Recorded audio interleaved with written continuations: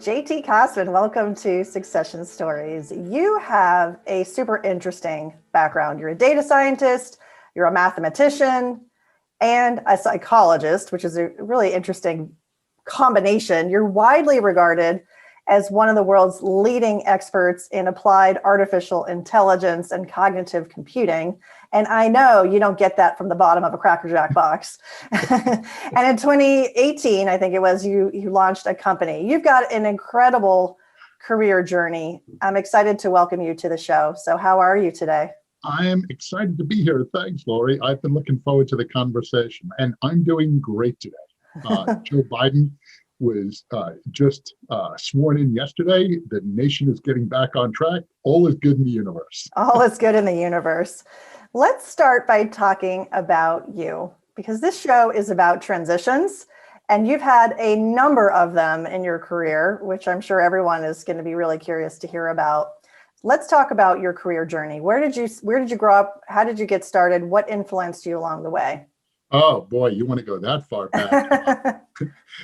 I think my friends tell me I'm probably about 180 years old if you count by mileage and not by years. I started out actually as modest as you can. I was a homeless kid.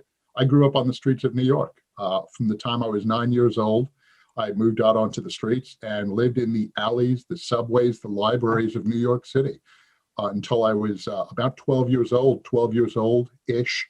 I took an apartment with a couple of friends and lived like that until I was 16. And 16 is when I escaped from New York, just like the movie, and made my way out west. And that's sort of where things began, was professionally for me at least, was my journey west and ending up eventually in Nevada, of all places, in Las Vegas, actually. I was heading for California. It took me about 3.5, almost 4 months to get that far, and I was just wrung out. And so I just settled in Las Vegas. I enrolled myself in the Southern Nevada Vocational Technical Center in lieu of high school, and learned this burgeoning new field called computers. And I actually became a computer. That was my first job. That's back in the days before computer was a thing and a machine. It was actually, well, it was also. It was a title, it was a job title. It was a title. It was my job, was computer. And I learned to code on an IBM 1620 with Hollerith punch cards. And this is back in the 70s. And yeah, kind of started there and moved forward from then. Wow. Can I ask you a couple of questions about being homeless at 9? What happened? Where were your parents? Well, when my parents lit me on fire for the 3rd time, I thought it probably wasn't the best way to stay warm. So I thought it might be safer to go to the streets. And that was kind of unusual circumstances. One of those Monday night movies of the week kind of a things. Wow. So you had a pretty tough childhood, living on the street, subways, wherever you could. How were you so independent at such a young age? Yeah, I don't see it as having been that tough. It was just what life was. It wasn't, there are children around the world right now who have it far tougher than I had it. I had jobs, I worked in a butcher shop, and I worked selling newspapers, and I had some money, and I could get food, and I could find warm places to sleep, and it wasn't people, when I tell that, sort of abstractly that, oh my gosh, that wasn't that bad, and it was my life, and it's what it was, and I'll tell you, I once, in a very uncharacteristic moment, I mentioned to my wife Angie. I told her, I am who I am in spite of how I grew up. And she said, that is absolutely not true. And she's right? It helped form me and shape me into who I am. So how do you lament it?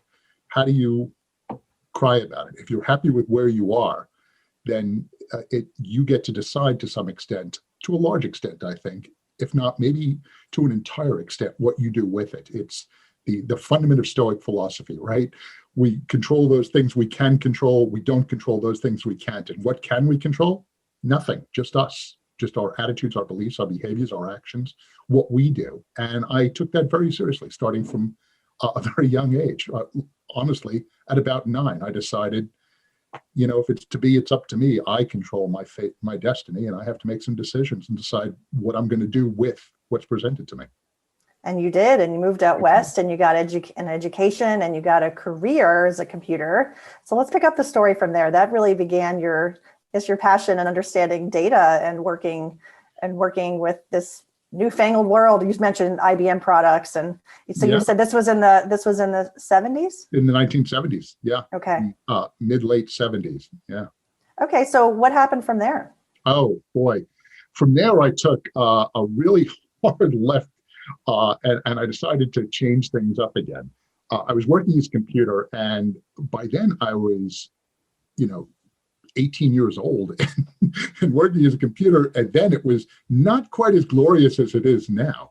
You were in the basement, and it was noisy, and it was just the cacophony, the volume. I can still hear it, I think. And it was hot, and it was nasty, and nobody wanted to talk. It was terrible. And so I did that for a little while, and I still had other jobs because it also paid terribly. And so I was working as a busboy, as a dishwasher in a restaurant, busboy and dishwasher. I worked at a construction site. And so finally, one day I just kind of had enough of it, and it coincided with I fell and I broke my arm really badly. And broken, I think, like 16 or 18 places, really shattered it while I was at work. And so they offered to the workers' compensation program said if I went back and I actually took some college classes, they would give me an extra, I think it was $100 a month, which at the time, that was a lot of money. Sure. And so I went to the community college, and I took 2 courses, one in psychology, which kind of planted a seed there, and one to become an EMT, an emergency medical technician. And so by the time I graduated, I was an EMT. By the time my arm healed, I had graduated, I was an EMT. And so I went to work for the local ambulance company and loved it. And I went on to become a paramedic eventually. I was sort of interning and working with a very senior paramedic. We got a call one morning I thought it would be the greatest day of my life because my mentor, Jay, tells me, get in the ambulance. We have a call, and get in the front. And I thought, oh my goodness, this is, I've been promoted. And we showed up at the MGM Grand Hotel, which was on fire. And at the time, it was the largest hotel fire in American history, I think world, and lost 88 people in the fire. And because Jay was the first paramedic, we did all the recon, and we recovered 86 of the people who perished. We treated over 350 people. And so the city of Las Vegas sent me to paramedic school in Los Angeles. And so here I was, a paramedic, a month after my 19th birthday. And I went back to Las Vegas, and I worked as a paramedic. And so without giving you the torturous extension from that, I went from being a paramedic to in Nevada, and California, and I eventually moved back to New York, and I worked as a paramedic here in New York for a while. And then I met some folks who were commercial deep sea divers. That sounded fun. And they had a need for medics on the dive rig. So I became a commercial diver, the hard hat with the, hundreds of feet underwater, and working out of chambers and that sort of a thing, and doing underwater construction and welding and explosives and electronics, and did all that sort of a thing for a couple of years, traveling around the world. Had a bunch of fun doing that. And eventually I went back to Nevada, and that's met this girl, and went to a party, met the girl, and we've now been married for almost 35 years. Literally, I came home that day and said, I just met the girl I'm going to marry. And love at first sight. Yeah, absolutely was. And she eventually relented and said yes. It took a while, but then we go on our honeymoon, we get back, and what do you know? The paramedic company is closed. And so I had a new life and no job. And so I went to become a cop. They were testing for police officers. And so I took the test. I did really well and became a cop. As part of my duties, I was also a coroner's investigator for a while, and then I did undercover work on street crimes and that kind of a thing. And that was all fun too. And during this time, I'm trying to finish college, and my beautiful wife, my brilliant wife, has her degree by now. She's a Bachelor of Science in Nursing, and by the way, has been, and I have to get this in here, Angie has been an ICU nurse for 40 years now. Wow. I've been begging her to retire for about 25 years. She was just about to a year ago in January before COVID, and she can't bring herself to retire. So 40 years a nurse. She still does bedside care. She's still in there. So dedicated. That's That's amazing. It's just amazing. That's beautiful. And so getting back to my relatively boring story, I wanted to go to college and I couldn't because working a cop shift and that sort of a thing. And so that's when the first Gulf War broke out. And to make what's otherwise a really long story short, I went into the military and I was recruited in for special forces, essentially. And so I went on initially as a paratrooper, infantry paratrooper, and I went on to U.S. Army Special Forces. I had a lot of fun doing that and traveling around the world and doing that work, and got badly injured and had to come home. And when I came home, I decided, okay, now it's time to finish the degrees. And then I did, actually finished my undergrad. I had never finished my undergraduate degree, went on to grad school, was working toward my first PhD in psychology. I wasn't getting the math there for what I wanted, because I really wanted to understand human behavior, individually and collectively, but empirically, not just sort of anecdotally. And so I pursued a second track in mathematics to work toward a second PhD in mathematics in parallel. I got really lucky. I got into some great postdoctoral programs and was awarded a couple of National Science Foundation fellowships. So I got to do my work at consortium at Harvard and MIT, and then I did some work at Columbia, some at NYU.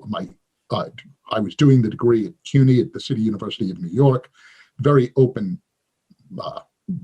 ecosystem, if you will. And so then I got selected to do a NATO Advanced Study Institute at the University of Moscow, of all places, Moscow State University. And so I did some of that work there, finished all my graduate degrees, and there I was, educated. Educated.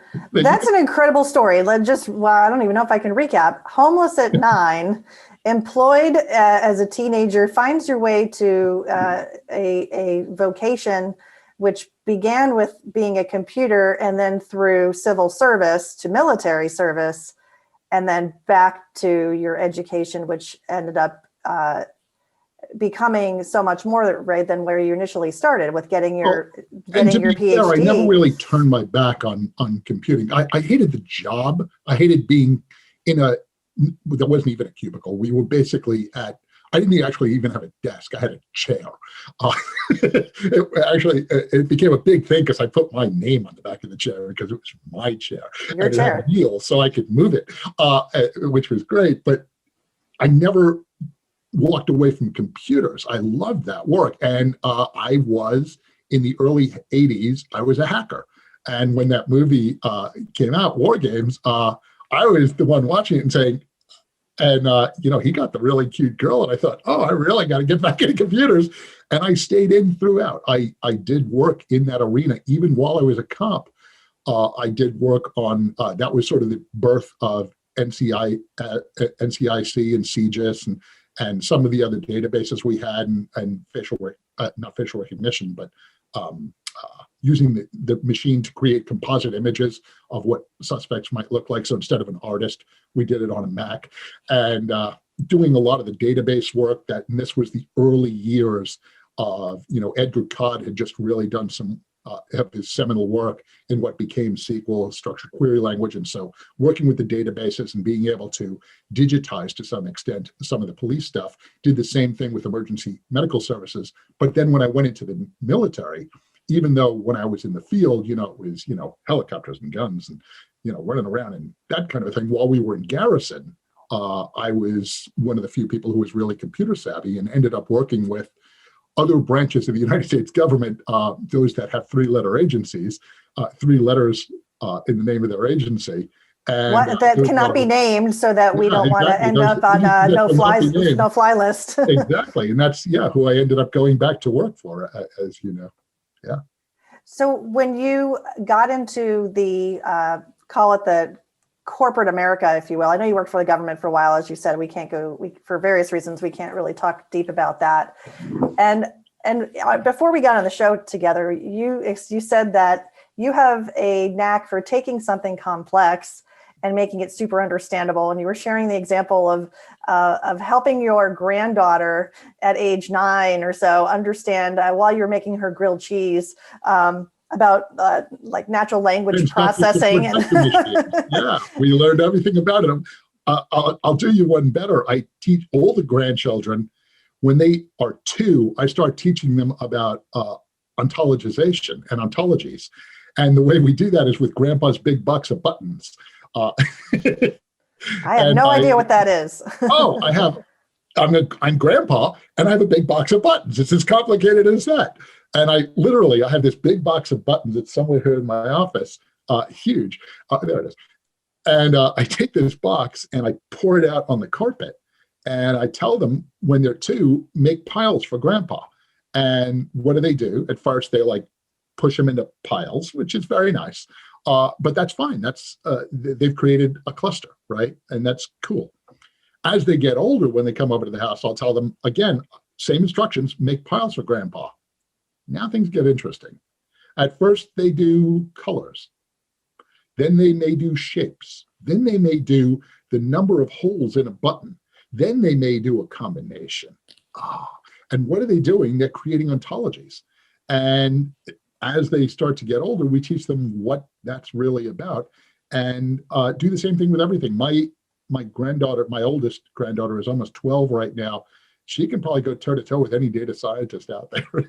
Because you've taught the concepts in a way that they can really understand. And that's what I always tell my students: start with concepts, right? Get a conceptual understanding of what it is you're doing and what you're looking at. Then you can always, code is, I think it's malpractice to start from the command prompt. That's why they made GitHub, right? you have a starting place. And I think, look, it's essential that you learn how to code, but that's a different path, right? It's a different track. I'm a data scientist, mathematician, and psychologist. I think of those as distinct, but they converge. And so you have to refine those abilities on each one of those paths. So some big companies found you, and you have those brand names on your resume. Time Inc. is a publishing company that people are probably familiar with, as well as Keurig, a coffee company. You were at the time the largest publisher. The largest.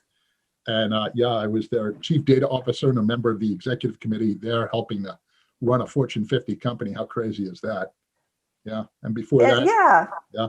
Samsung. Well, I was curious for you to talk about that. Like, why did you go to big companies? What were you looking to help accomplish? Why did they have those positions? What were they looking to accomplish? How did you create value with the data did you help them monetize the data? That's a great question. And I'll tell you, when I got out of grad school, I went to work initially for the Gallup organization. And I was a research director for them and a senior strategic consultant.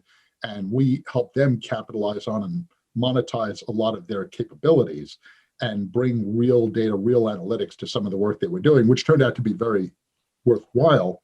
From there, I got called back into government subsequent to 9/11, and I ended up working for the Director of National Intelligence, and I worked for all those agencies that, we won't go into detail, but I worked for CIA, DIA, DOD, DHS, FBI, MOUSC, anybody with letters, and building most of those capabilities for about a decade. And very gratifying work. A lot of the work is still in place and still help keeping people safe.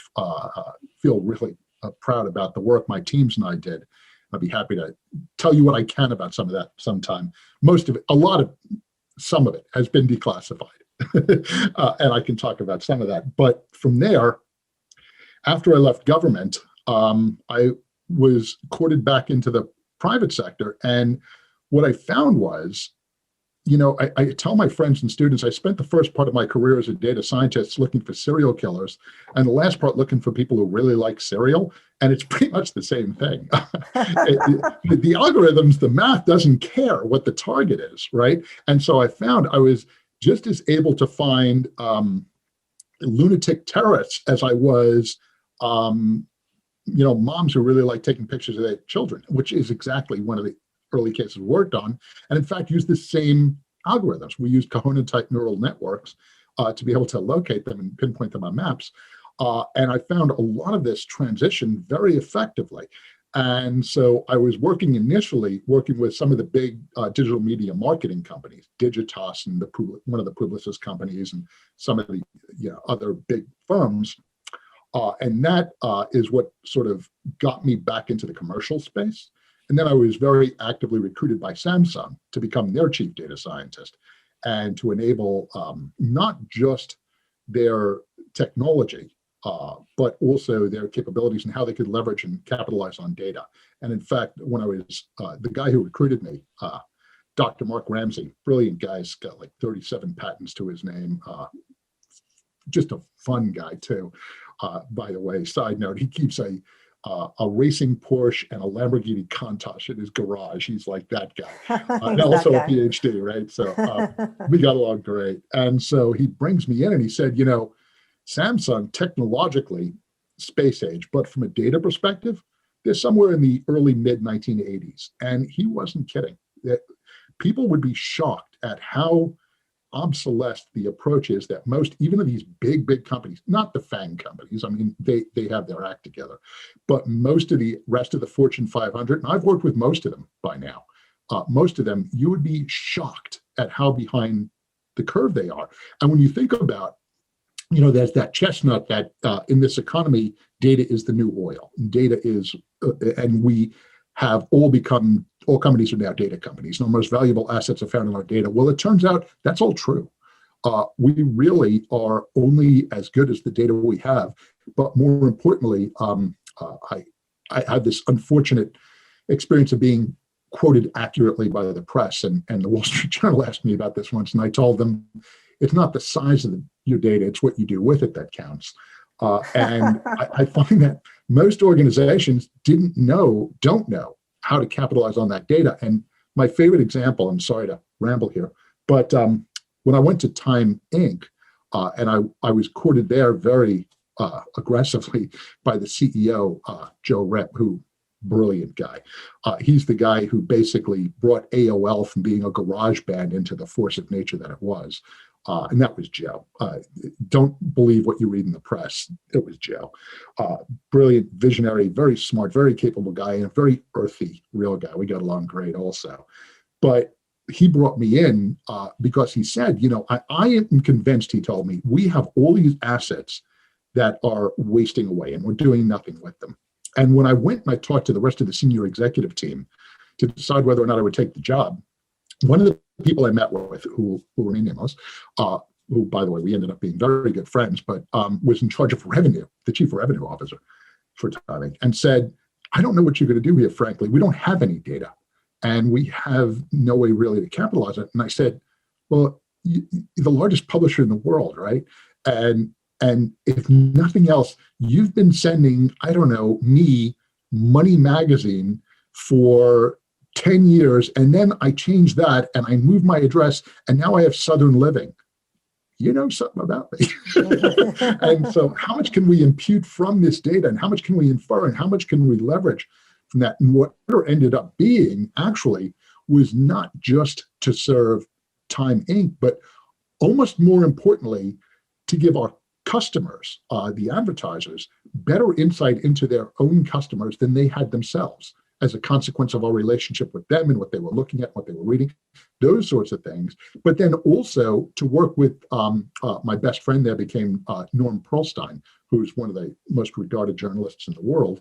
And Norm was our chief content officer. So how do I give feedback to Norm to say, look, this story you wrote was brilliant and it'll probably win your guys a Pulitzer, but nobody's reading it. And so if part of our agenda, or let's face it, most of our agenda is attaching people to content and understanding what resonates and what doesn't, and how and why and with whom, and not thinking of audiences as being this monolithic beastie that we call audience, and being able to segment them smartly and without digressing into the superficial stereotypes of saying, well, and I have to share this with you. When I was back at Samsung, the president of the Americas at the time, who was what's the polite word for it, a moron, comes into a meeting one time, and we were looking to increase our sales of smartphones to women, and he said, "Oh, make them pink. Girls like pink." Dude, dude, I was the one in the meeting. Dude, you're killing me. You're killing me. No. You found other ways, I'm guessing. Yeah, he's not there. Well, the Uber CEO just went back to prison last week, which tells you a lot about the culture of Samsung. Yeah. The point I'm making is I have inordinate respect for most CEOs, right? I think you didn't get there by being a dummy. But most of these men and women who make it to those ranks did it in a different era. And they did it in a different time and from a different perspective, right? Even Jack Welch, who was trained as an engineer, what was the name of his book? Leading from the Gut. You can't lead a modern organization from the gut. You have to be cognizant of the data and be empirically minded and be driven by the data. And I think we are the Sherpas. We are the translators. We're the folks who help connect that to the strategy of the organization and what it's attempting to accomplish and achieve. That's in large part what I did. I think that's really important also to underscore for people listening who are in a company and they're thinking about their business and thinking, what hidden assets might I have that can unlock value? One of those things is the data. And there's a pretty cool saying. I don't know who the original person who said it was, but you're not necessarily selling the quarter-inch drill bit. You're selling the quarter-inch hole. That's the quarter-inch hole. Right. And so for a company like Time Inc. or other companies that ultimately they know something about their data is informing and their data has value, and how can they productize that service, if you will? And I want to use that as a transition to talk about what you're doing currently with your company. Let's talk about your company, which is called ProtectedBy.AI, which some might find to be an oxymoron if they're scared of AI. So you probably need to unpack the name a little bit about what you do, what you're doing, and who you're protecting, and tell us, what made you start your own company? Did you have an entrepreneurial gene in you? What made this get to the forefront in your life? Yeah, I've been. For years and years, I've invested in small companies. I've sat on, I can't tell you how many boards over the years. I'm still one of the judges for the Alchemist Accelerator in Silicon Valley. I was on Samsung's Open Innovation Center. I was part of that organization. But and I'm an angel investor and a venture and I was recently on the board of a private equity venture capital fund where we made some substantial investments. But and so I've always had this attachment to entrepreneurs and entrepreneurialism. The reason we decided to start ProtectedBy.AI, however, is for a little bit of a different reason. My co-founder, Brian Gallagher, is former Secret Service. And he actually ran the nuclear, biological, and chemical response team out of the White House for about a decade. So the inauguration, he was back and forth on the phone. It's making him crazy when he knows Joe Biden very well. And when Biden would go over to see Al Roker, he's like, stop doing that. But he and I met on a Jack Bauer moment kind of a story. And it's actually declassified. I'd be happy to tell you about it sometime. But literally, and with saving the life of the president and all that, and, the peasants rejoice. It was very cool. Well, Brian has been an international serial entrepreneur for years since he left the Secret Service. And he decided that in his mission to help protect, and that's what he does, and that's what he's done, is protect people, property, places, and profits. He comes not quite as dire as my upbringing, but close. His father became bankrupt in his company when they were very young. They ended up living in his aunt's basement. And really these challenging economic circumstances made him realize that protecting people is not just about protecting them physically. It's about protecting their financial well-being as well. And so while he was starting up the idea of this company, he said, if he's going to be able to help people, he needs to really be able to give them the capabilities they need to succeed. And how do you do that? Through technology, right? And being able to give them the technological capabilities that will help them. And that comes from now increasingly artificial intelligence and that area in general. And so he, as he tells the story, he did a Google search for, if I'm going to make these investments and do this, let me find the world's leading thinker in this. And he said, I was Googling, he's like, hey, I know that guy. And there you were. He calls were. me up. And at the time I was sitting on a couple of boards and I was bored and he knew it. And he said, why don't you come back in and we'll help save people? Well, what do you mean? And that's what I really love about what we do. At our company, right now, we're about augmenting human intelligence to protect and advance the economic interests of companies and countries. That's sort of the tagline, but in plain English, here's what we do, honestly. We build slingshots, and we teach David how to use them to fight Goliath. That's what we do. What we do is we work with these small and mid-sized companies that don't have the budget that I had at Samsung or Time Inc. or with the government. But in order to survive, let alone thrive in this turbulent, crazy times we're living in, how do you compete? How do you remain viable? How do you go toe-to-toe? It's almost analogous to what would you have done in the early 1900s if you didn't have electricity in your company, right? September 4th, 1882, Edison electrifies 1 square mile of Manhattan, and within 5 years, either you have electricity or you're out of business. That's what we're seeing now, but with artificial intelligence, machine learning, IoT analytics, data science in general, these capabilities. So how could we make these things affordable and accessible to small and mid-cap companies? And could we do that? And we did. And so we've been inordinately successful over the last year. We work with, now we're back, we work with the US government, of course, but most of our work is with companies that could never otherwise afford those kind of budgets. And we're even supporting entire countries. Right now on the African continent, we're working with South Africa. We're working with a couple of other countries around the world to be able to say, in South Africa, as an example, help in their mission to fight fraud, waste, abuse, corruption, and ensure the equitable distribution of resources. Well, you can't do that without cutting edge tech, right? And so we not only build those slingshots, for David to fight Goliath, we show them how to use them.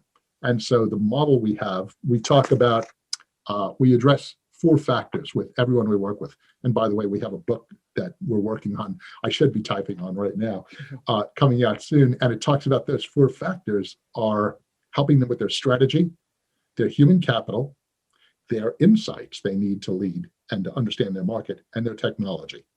And so to our mind, you need strategy, human capital, insights, technology. You have to know your SHI. That's imperative. Is that the title of the book? You have to know what your know your strategy, human capital, insights, and technology. Got to have a mnemonic that works. There you go.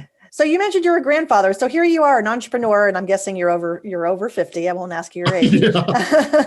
Call it your back half of your career, and here you are starting a new business. That hurt a little bit. Okay. And am I being kind? Yeah. No, but I think that in and of itself is pretty interesting. I mean, obviously, you're at a cutting edge of a lot of technology you've been working with a lot of years, but starting a business from scratch is not easy. And so would you say that you were kind of coming out of a retirement? You said you were bored. You were serving on boards. You were bored. Were you in sort of a retirement phase? And then this is now post-retirement. You're in a startup. This is kind of crazy. I thought I was going to be in retirement, but I'm not the guy who retires. And I think nowadays, very few people are.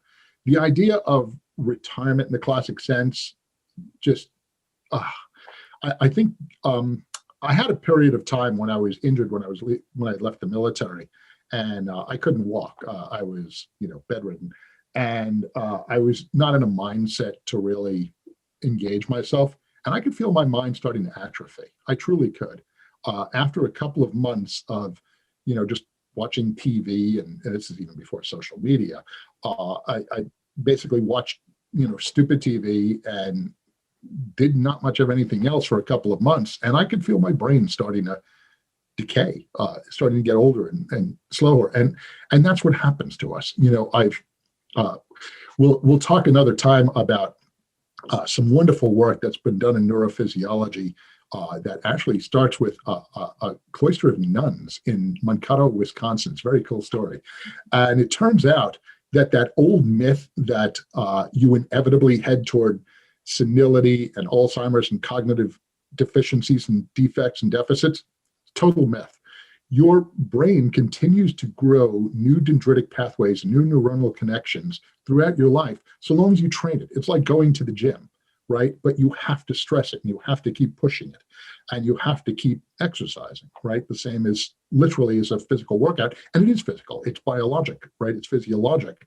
And so for me, the idea of sitting on the porch or playing shuffleboard, I'd want to kill myself after a couple of weeks. And more importantly, my wife would kill me after a couple of weeks. And in fact, when I retired for the first time, I was just sitting around the house, and she comes into my office, and it's a really big house. So I don't bother her, but she comes up to my office and says, "Go back to work. You're driving me crazy. I can't stand you just being home." But that's how you're wired. That does not surprise me at all. There are probably people listening who are thinking, oh, I might want to sell my company, but I don't know what I would do next. And then there's other people that think, oh, I know what I would do next. I have X and Y and Z planned. And I think of it as, sort of having a portfolio in life where, you're serving on boards, you're doing nonprofit work, you're giving back to the community, you have your family, and you have your work that challenges you and makes you happy. And I guess it leads me to my next question is, how do you define success? And I think the answer is your question. And that's exactly right. It's how do you define success, right? And I think we get taught at a young age, unfortunately, particularly in Western culture, that it's some brass ring, that it's some, if only I had, right? If only I had, $1 million, $10 million, $50 million. And I got to tell you, I started out very poor, and I'm not so much poor right now. And so what? It turns out you hit a number, and what more do you want? How many houses can you live in at one time? How many cars can you drive at one time? I have a lot of motorcycles. I like motorcycles. I have a lot of toys, and you can say, but so what? You can take it all away. To me, that isn't success. Success is being happy with who you are. Success is, everyone is alive, but very few people actually live. Very few people engage their life. One of the promises, or the promise, the ultimate uber promise I made to myself when I was 9 years old, and it was actually interesting. I was just having this conversation with a colleague. He was talking about, he grew up in the Middle East, and his father was beaten because he didn't have enough money to pay back the loan sharks and all this. And he said, and it's a terrible story. And he said, I had to walk to my uncle's house in the snow 4 miles. I was like 9 years old, and vowed to myself I would be rich one day. And what I told myself when I was 9 is that I would live every day. That I always hate that thing, live every day as if it's your last, because that's crazy. Who would pay bills or mow the lawn? I would never take out the trash again. Right. But you should live every day as if there is a last, right? As if it is going to end one day.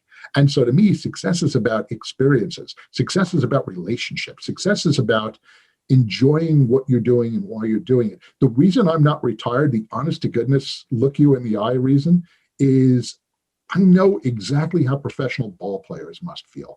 These are men and women who, if they weren't getting paid to do that for millions of dollars, they would probably work at the factory and do it on the weekend because they love it, right? I love what I do. I have so much fun. I tell the data scientists who work for me, and I've hired more data scientists and AI engineers and coders than probably anyone on the planet, truly. When you consider Time Inc. and Samsung and certainly the government, I tell them, if this isn't fun, if you're not looking more forward to Monday mornings than Friday afternoons, man, you're doing the wrong thing. because you can always make money. It turns out at least making enough to meet your needs ain't that challenging, particularly in the United States of America. I think it is in a lot of places around the world, and I pay that short shrift for a second. But we tend to be goldfish, right? We grow to the size of our bowl. And now, I'm making, I distinctly remember when I went to grad school, and remember, I'd only been a paramedic and a police officer and a soldier until then, so I never made money. And my wife, Angie, made way more than me. And when I was in grad school, I got talking to a couple of people, and I told her, honey, do you know that if I really dig deep, I might make $100,000 some year? Wow. And we were both like, no, don't be ridiculous. You'd never make money like that.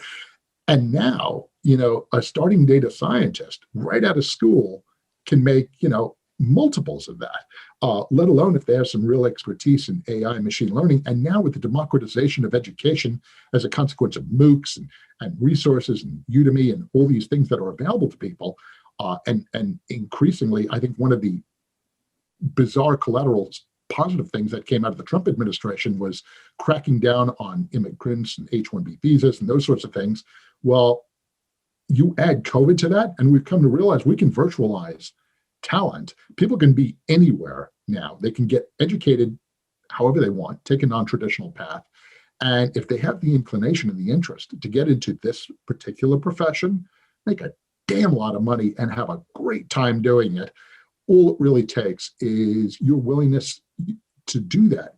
But then, and I'm sorry to be so long on this, but when we're talking about success in that regard, I'm always reminded of a friend who is very successful professionally, but he's also a great musician, great guitarist, and he sings beautifully.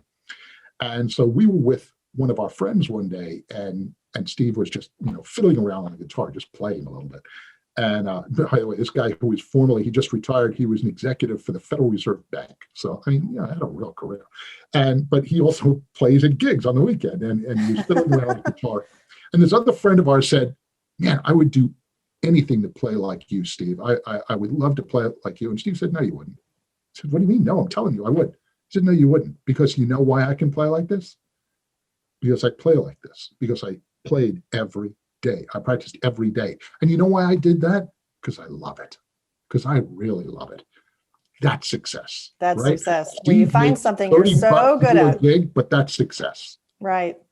Well, you've got an amazing background. I really appreciate you going deep and sharing even back to when you were 9 and homeless, because it really helps, I think, set the tone for who you are, JT, which is really an amazing person.